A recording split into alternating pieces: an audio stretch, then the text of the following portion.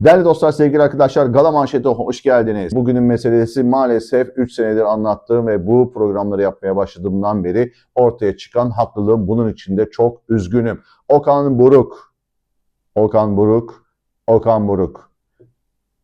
Herkes artık senin maalesef Galatasaray'ımıza futbol oynatamadığında hemfikir.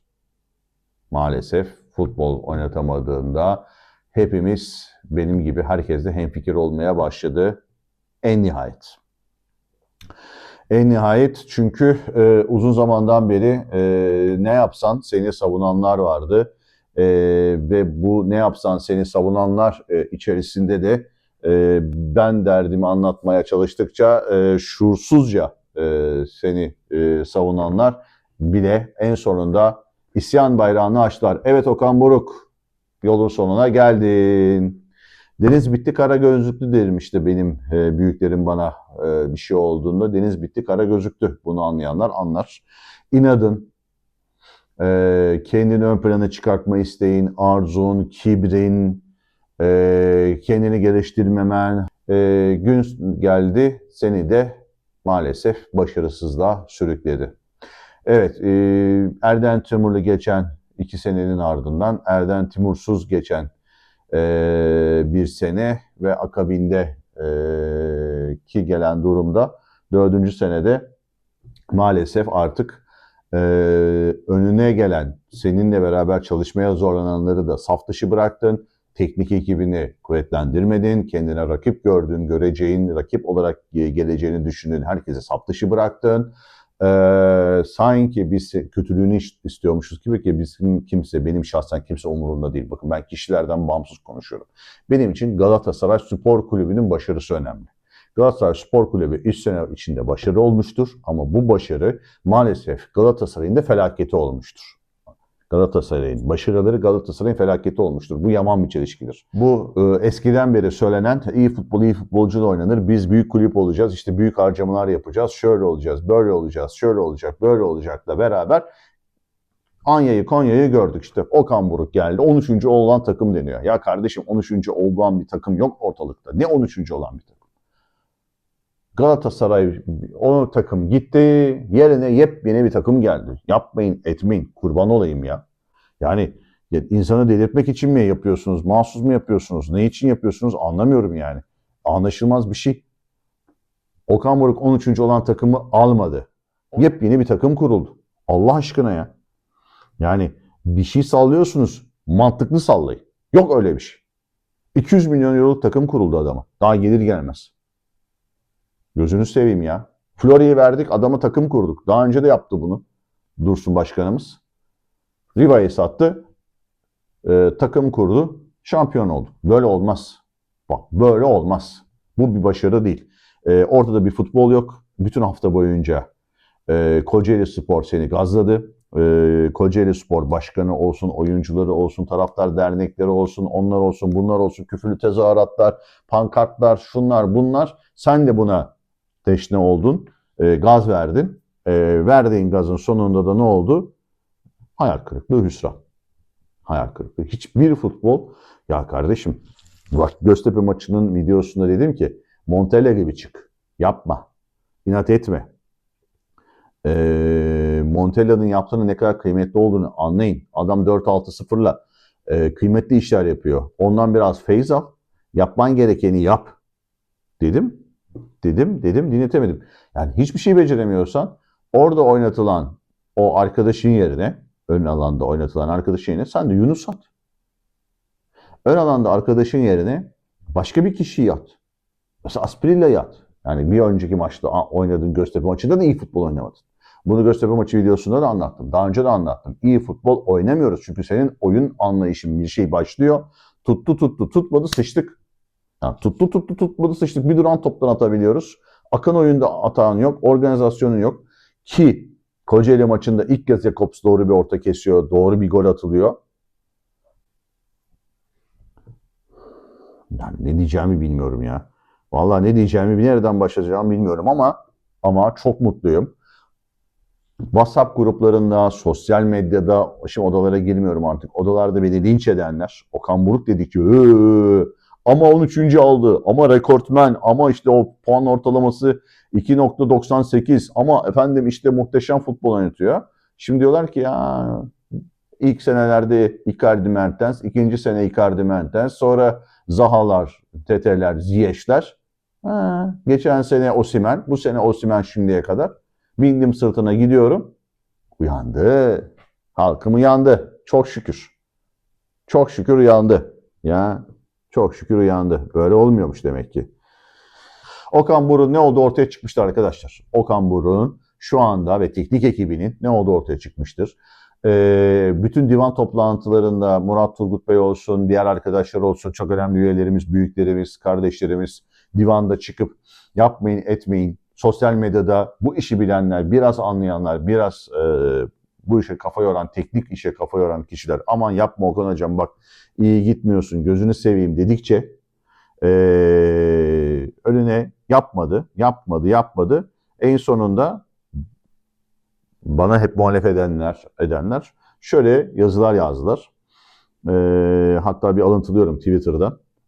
Son 3 senede şampiyon olan takımın gelen oyuncuların bireysel katkıları hariç üzerine organizasyonsal olarak hiçbir şey koyamaması nedeniyle senin spesifik olarak hazırlanmadığın maçlarda futbolun F'sini bile oynamıyor. Göz göre göre şansa bağlı değil yani bağıra bağıra puan kaybediliyor olması. Artık motor hareket halini almış, düşünmeden icra edilebilen ve 6-7 kere tekrarladığımız organize bir atak, bir savunma, bir rakibi açma, bir kapatma taktiğimiz yok. 4. sezonun bitmesine 5 hafta kaldı. Gol mü atamıyoruz? Osimhen alalım, random dikine topları alsın, gitsin gol atsın. Sane alalım, şapkadan tavşan çıkarsın.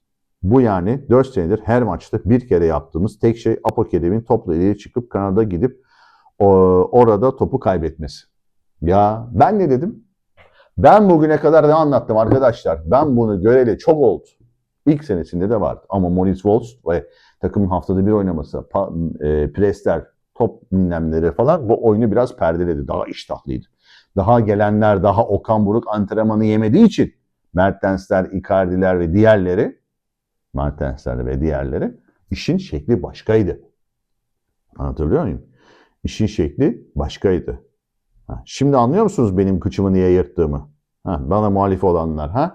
Anladınız mı şimdi? Hadi. Çok şükür geldiniz ama iş işten geçiyor. İş işten geçiyor. Kusura bakmayın. Öyle şimdi hala diyor ki biz 47 maç yaptık. Ya arkadaş Juve, Liverpool, Bayern Münih, Şampiyonlar Ligi'nde kalanların hepsine bakıyorum. Hepsi 47 maç oynamış arkadaş. Derdin ne senin anlamadım ki. Sen 47 maça çok diyorsan geçmiş olsun. Seni hiçbir büyük takım bırak Avrupa'nın herhangi bir herhalde takımı bile antrenör olarak kabul etmez. Bu söylemlerinden dolayı. Bunu şimdi özür dilerim söylemiyorsun. Bunu geçen sene söyledin, ondan önceki sene Türkiye Kupası'na elendiğinde söyledin, ondan önceki sene de söyledin. Ne zaman ki tek maça düştük, şimdi rahatladık artık dedin. Dinlenebileceğiz dedin, taktik olarak çalışabileceğiz dedin. Ben dedim yoruldun dedin, teknik ekibim de yoruldu dedin. Bunları söylediğin anın sezonunun sonunda seninle yorulmaların ayrılması gerekiyordu sevgili Okan Buruk. Ama basiretsiz yönetim şampiyonluk kupasını ve gelen paraları o kadar çok sevdi ki böyle bir basiret gösteremedi. Bu sezon sonu da gösteremeyecek. Bak inan bu sezon sonu da devam edilecek Okan Buruk'la. 5. seneye. Hiç düşünmeyin ki Okan Buruk şampiyon olduğunda bırakıp gidecek. Çünkü onu Avrupa'da isteyen kulüp yok. Çok dezavantajlı başlayacak. Kuvvetle muhtemel. Bak kuvvetle muhtemel diyorum. Üstüne bir yönetici getirilecek. Bir tane de yardımcı alınacak. Bak şimdiden söyleyeyim. Yani çok sürpriz Arda gelebilir. Bak çok sürpriz Arda gelebilir. Fatih Terim'le beraber belki. Ama %80 Okan devam eder, %20 Arda gelir. Çok net söylüyorum. Okan Buruk burayı bırakmaz. Hiçbir yere de gitmez. Ne zaman ki onun gezmelerine, tozmalarına, ekibine karıştı Erden Timur saf dışı bırakıldı. Ne zaman ki İbrahim Bey geldi, Hatipoğlu baktı ki olay şekli başka. Burada bir değişikliğe ihtiyaç var. Hemen saf dışı bırakıldı. Kim geldi? Yılların arkadaşı Sayın Kavukçu. Okan Buruk. Şimdi haberci gönderiyorsun Kadir Çetinçalı'yla. Arkadaşlar kusura bakmayın ama trollerinizin şeylerini yemem ben. Ben trollerinizin ekmeğini yemem. Tamam mı? O ekmeği gidin denize atın, martılara atın, aç hayvanları doyurun. Ben yemem o trollük işleri. Neymiş efendim? Aspirillalar, Jakobslar, Torreira'lar. Bak. Milleti şeyin önüne atıyorlar bak. Taraftarın önüne atıyorlar. Bak güzelliğe bak. Okan Buruk'ta tek başına suç yokmuş ya. Kavukçu haberidir kesin.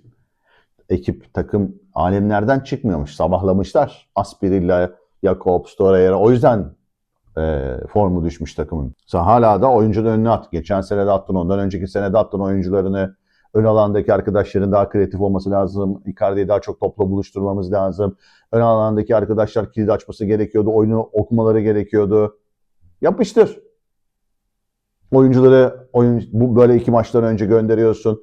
Biz şampiyon olacağız, elimizden gene yapacağız. Hepsi yere bakıyor. Jakob çıkıyor, ikinci yarı futbol oynamayı bıraktık diyor. Daha çok çalışmamız lazım diyor. Mertens dedi, İlkay dedi. Kestirdin. Çıkartmıyorsun İlkay'ı, göndermiyorsun. Konuşsunlar. Ya da gelirse de belli herifin suratından mimlenmiş, aman demişler suratını konuşma. Kadro dışı kılırsın gene. 4 maç ilk 11 göremezsin. Niye? Okan Burukçu bile beni arayıp abi haklıymışsın diyor. Okan Burukçu bile abi haklıymışsın diyor. Ha, yapacak bir şey yok. Dedik. Evet, futbol olmadığını gördünüz. Oyunu okuyamamayı gördünüz. Oyuna hiçbir müdahale edememeyi gördünüz. Hiçbir genç oyuncu yetiştirmemeyi gördünüz. Hiçbir oyuncuyu ileri götürememeyi gördünüz. İlkay gibi bir cevheri kullanamamayı gördünüz. Bakın Osimhen yok diye bunlar oluyor değil. Osimhen varken de kötü oynuyorduk son dönemde. Osimhen'in çıldırmaları saha içinde boşuna değildi. Icardi de kötü oynamıyor. Bakın bir sürü video var, edit edilmiş.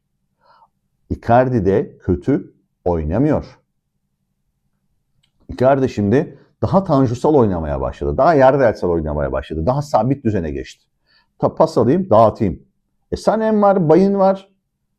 Anladın mı? Ben de ikinci pasör olayım. Sen ne yapıyorsun? Kocaeli maçına Sara İlkay çıkıyorsun ya. Öh be kardeşim ya. Naga ile çık bari. Ne suçu var Naga'nın abi? Niye oynatmıyorsun çocuk körelttin ya? Ya Mine senin şehrinden kaçtı gitti Konya Sporlara gitti ya. Vaziyet ne? Vaziyet bundan sonra ne olur? Teknik direktörü değişikliği falan olmayacak. Hiç kimse kendini kandırmasın. Öyle bir şey olmayacağı net. Onu söyleyeyim ben size.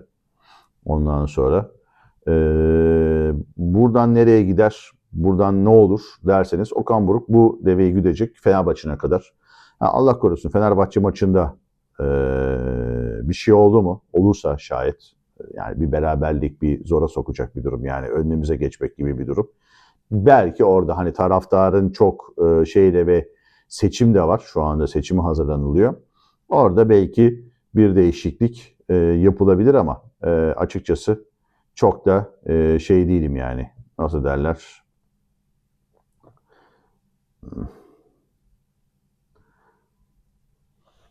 Yani çok böyle bir şey kımıl kımıl değilim. Doğru da bulmuyorum. Yani giderse sonuç maça kim çıkar? Yani Fatih Hoca ile çıkılabilir belki. Yani o boşta ondan sonra Arda gelir falan ama hani bir bakılır oraya ama dediğim gibi yani şu tahtayı bile kullanasım yok. Yani hiçbir şey oynamadım. Yani şu tahtayı bile kullanasım yok. Millet işte analizler yapıyor. Bir de daha önce yerden yere vuranlar Göztepe maçında da söyledi. Taktiksel deha çok güzel çalıştı. İşte bak görüyorsun buradan işte Saray'la buradan bir boşluk bulup Kocaeli defansını tarumar edip oradan gol bulabilir. Buradan işte onların sağ beki çok ileri çıkıyor. Arkaya bayı kaçırırsak gol atabilir.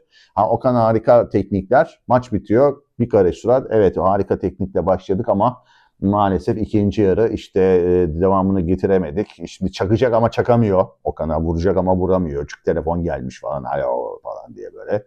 Anladın mı? Ya babalar ya. Galatasaray'ı seveceksiniz. Galatasaray işte bak.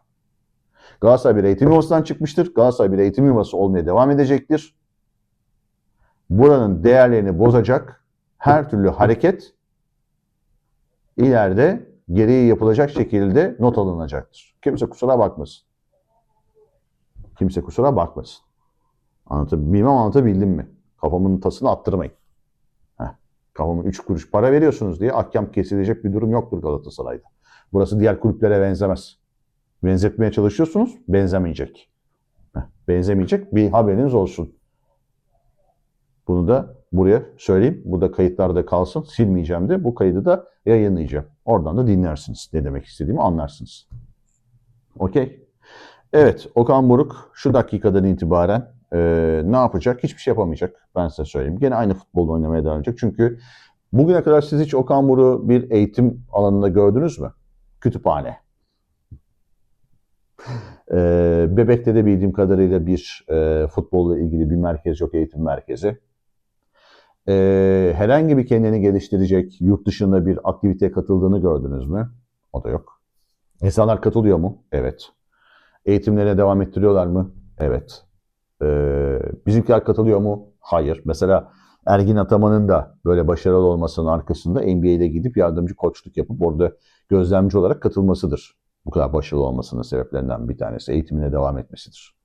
Bizim Okan Buruk hocamızı ben hiçbir Avrupa Kupası Şampiyonlar Ligi maçını var mesela bu akşam. Uçtu gitti mi seyretmeye? Ekran başında oturup seyredecek. Not alıyor mu ekibiyle beraber? Bu adamlar ne oynuyor? Atletik performans hocası ne yapmış? Nasıl ikili taktik yapıyorlar? Nerededir acaba? Gene kütüphanede ders çalışıyordur kuvvetle muhtemel bu akşamda. Ders çalışmayan, kendini geliştirmeyen. Bir de bir şey vardı. Bu gelişemiyorsak değişeceğiz durumu. Maalesef bu Galatasaray'ın da dibine dinamit koymuş bir laftır. Bu lafı edilmesi ve bu lafa hiç tepki verilmemesi de maalesef bugünlere getirdi. İşte bunlar hep para harcatan laflar. Gelişeceğiz. Gençlerle gelişeceğiz. Gençlerle gelişmek zorundayız. Futbolumuz gelişmek zorunda. Futbolcumuz gelişmek zorunda. Okan Buruk'la bu olacak mı? Haftada bir idman bilmiyorum. Elinde şu anda bir forvet de yok. Osimhen'e gitmiş galiba. Hocam ben ettim sen etme. Kolun durumu bir şey olmaz. Gel özel bir kolluk takalım. Sen çık sahalarda yanımızda ol. O da kırmam ben sizi demiş ama inanın Osimhen'in de sahalara dönmesi belki bir iki maç bizi kurtaracak ama sorunumuz Osimhen'in sahalara dönmesinde değil. Hep söylüyorum. 3'ten 2'ye, 2'den 1'e yani hadi alayım şunu elime. Yani topu şuradan Uğurcan'dan çıkartıp buradan paslaşarak gelip yani şurayı alıp sonra buradan da burayı alarak paslaşarak ne yapacağımızı bilerek kimin ne zaman nereye depar atacağını, hangi defans arkası koşu yapacağını, Sané mi gidecek, Bay mı gidecek, İlkay topla geldiğinde ondan sonra Bay'ın, Sané'nin, İlkay'ın, Torreira'nın, varsa Asprila'nın, Naga'nın, Salah'ın kanatta oynayacaksa, Bek'in, ondan sonra Torreira'nın, Lemina'nın buralarda ne yapacağını ezberlemiş olman gerekiyor. 4-5 tane aynı hücum. Bugüne kadar ne dedim? Aynı hücum yapmayan bir Galatasaray var. Aynı hücum yapmayan bir Galatasaray var. Hiçbir maçta senkronize hücum yok. Bilinmiş, alışılmış hücum yok. Denenmiş hücumlar yok. Bir ara duran top çalıştık. Çok iyiydi. Bir ara duran top çalıştık. Çok iyiydi. Onun da içine ettik. Onun da içine ettik. Duran top atamadığımız gibi yiyoruz ki son bir maçta attık işte. Hep dediğim bir şey var. Bir atak başladığında basketbol maçı gibi, voleybol maçı gibi, handbol maçı gibi. Yani bunlar hep ekipçe oynanan ve sistem üzerine oynanan. Futbol da bir sistem oyunu. Öyle ver Sané'ye alsın gitsin çalımlasın dribling yapsın buraya kadar gelsin. Buradan da işte Osimhen buradan ters koşu atsın. Arkadan da işte Salah'ı boş gelsin ki Salah'ı Göztepe maçında tutturdun. İyiydi, doğruydu. Doğru yaptın ilk 45 dakika için. Orası çözüldük an itibariyle Salah'ı kaçıramadın. Kocaeli maçında Selçuk bunu analiz ettiği için sen Salah'den defans arkası 3. forvet olarak faydalanamadın. Bunu göremedin. Bunu göremedin ve yani daha doğrusu gördün ama müdahale edip bir şey yapamıyorsun. Eyvah diyorsun ya bu buradan işlemiyor. Hani diyorsun ya adamlar 3'lü çıkacaktı bana 5'i çıktı benim kanadımın önüne adam koymuşlar gidemedi diye. Ha, bu da aynı şey. Görüyorsun burada gidemediğini bir kısır döngü var. Hala diyorsun ki Göztepe'yi getirmedim. Bah. Göztepe'yi getirmemiş ya. Vay arkadaş pozisyon vermemişiz Göztepe'ye. Sen ne anlatıyorsun hacı ya? Lan ne anlatıyorsun? Bayern Münih'le mi oynadın ya? Bayern Münih hani oynasan desen ki 70 dakika Bayern Münih'e top göstermedik. Amenna hani. Oynadık ya ama gene 2-0 mağluptuk. O gün de söyledim. Dedim ki 70 dakika çok iyi top oynadık da. Sonra 2 yedik 3 yedik bitti. Ne yaptın yani? 10 kişi kalmış Tottenham'a. Çok eksik gelen Tottenham'a uçtun kaçtın hiçbir şey olmadı. Juve'ye deplasmanda felç oldun. Liverpool'a deplasmanda felç oldun. Sen gol ağzına yenildin kendi sahanda. Gene bir varlık gösteremedin. Tam kadro çıkmana rağmen. Ne anlatıyorsun ki? Göztepe gelmemiş, pozisyon bulamamış. Haftada bir maç oynayacağız ya. Evet Okan Buruk, haftada bir maç oynayacağız. Seni alkışlıyorum. Haftada bir maç oynayacağız. Artık teknik taktik çok çalışabileceksin. Ya hesapladım. Derbileri çıkıyorum. Bak Trabzon maçını çıkıyorum, Fener maçını çıkıyorum, Beşiktaş maçını çıkıyorum. 2 puan öndesin ya, 10 puan vermişsin. Kocaeli'ne 5 puan vermişsin. Yani şu anda senin 12 puan farkla lider olman gerekiyordu. Anlatabiliyor muyum? Derbi maçlarını saymıyorum. Hani Trabzon falan da sayıyor insanlar. Kaybettin, berabere kaldın ama hadi onlar derbi maç diyelim. Onlar zorlu maçlar zaten. 3 tane zorlu maçı var. Beşiktaş, Fenerbahçe, Trabzon. Evet, dediğim gibi Okan Buruk bundan sonra çok bir değişim göstereceğini zannetmiyorum. Futbolu bilen çocukları oyuna atarsa iyi olacak. Son uzun zamandan beri U19'dan kimseyi de A kadroya almıyor. 4 senede yetiştirebildiği genç sayısı 0. 4 senedir oynattığı doğru futbol sayısı 5. Yaptığı doğru değişiklik sayısı 5. Yani geçmez yani, anlatabiliyor muyum? Ve Icardi'nin, Mertens'in, Osimhen'in performanslarıyla bugüne kadar gelen bir Galatasaray'la karşı karşıyayız. Bundan sonra olacakları da artık bilmiyorum. Nasıl halledeceğiz, nasıl çözeceğiz. İnşallah son olması hakkımızda hayırlısı olur. Bu sezonu da şampiyon bitiririz. Ondan sonra da gereken teknik değişiklikleri, yönetimsel değişiklikleri de yaparız. Yönetimsel derken başkan anlamında değil ama gerekirse başkan da değişir ama futbola bakan akılların, futbola bakan kişilerin de bir an evvel ivedilikle değişmesi gerekiyor. Yoksa bu işin sonu hiç hayra alamet değil arkadaşlar. Galatasaray 1905'te kurulmuş, bugünlere kadar gelmiş. Bir takım kişiler para veriyor diye oyuncu haline getirmeyiz. Aklınızı başınıza toplayın. Bazıları para veriyor diye öyle mafyacılık içeride oynayacağım diye Galatasaray Spor Kulübü'nde hepinizi biliyor herkes. Günü gelir, hesabı sorulur. Silgiyle silinir. Bir daha da o deftere o yazı yazılmaz. Rica ediyorum. Lütfen herkes aklını başına toplasın. İyi niyetle bir çalışma var ortalıkta ama iyi niyetinin arkasını ben iyi görmüyorum. Kimse de kusura bakmasın. Her para verene düdüğü çaldırmak olmaz. Burası Galatasaray Spor Kulübü. Herkes aklını başına toplasın. Şimdi bugün de bir baş danışman çıkmış ortalığa. Neydi belirsiz. Ne zaman atandı, ne oldu, bu para alıyor mu, almıyor mu, kime danışmanlık yapıyor, niye danışmanlık yapıyor. Başkanın danışmanıymış. Adam sosyal medyada sayfa sayfa yazıyor. Siciline bakıyorsun, eyvah Galatasaray'ın yanına gelmemesi gereken bir isim Galatasaray'ın yatak odasında. Ya bir Allah'ın kulu yönetimden hop kardeşim biz buradayız demiyor mu ya? İkinci başkanımız demiyor mu ki ya? Ne bileyim işte Niyazi abi demiyor mu? Eray abi demiyor mu ya? Hop başkan ne yapıyorsun? Bir dakika ya bu adam Galatasaray'a uygun değildir. Evet şimdi önümüzde bakalım ne maçı varmış. Artık kafa da yandı yani gerçekten. Kafam da yandı. Gençler Birliği oynuyoruz tamam.